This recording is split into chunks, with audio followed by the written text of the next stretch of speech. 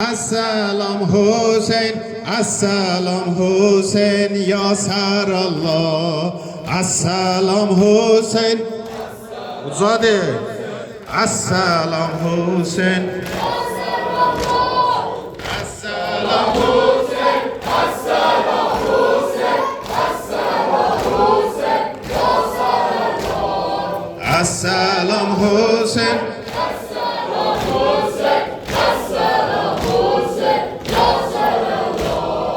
Ben Kerbela'nın aşığıyam, ağa mest olmuşam, adına Mecnunam. Ben Kerbela'nın aşığıyam, ağa mest olmuşam, adına Mecnunam.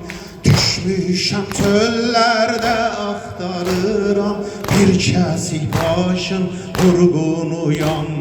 Ey para para, doğranan arbab, sakkalı qana, qoyanan arbab. Ey zədə Qur'an, oxuyan arbab, çöllər ətşar, dolanan arbab. Gəzmə aləmi, ey qafil adam, Kərbəladadır şahı aləm. Canı Zəhrağa bax bu məclisə, yüreğimizde dolu ələm. Assalam Hüseyin, Assalam Hüseyin, Assalam Hüseyin, ya Sarallah. Assalam Hüseyin, Assalam Hüseyin, Assalam Hüseyin, ya Sarallah. Mən Kərbəlanın aşığıyam, ağa mest olmuşam, adına Mecnunam.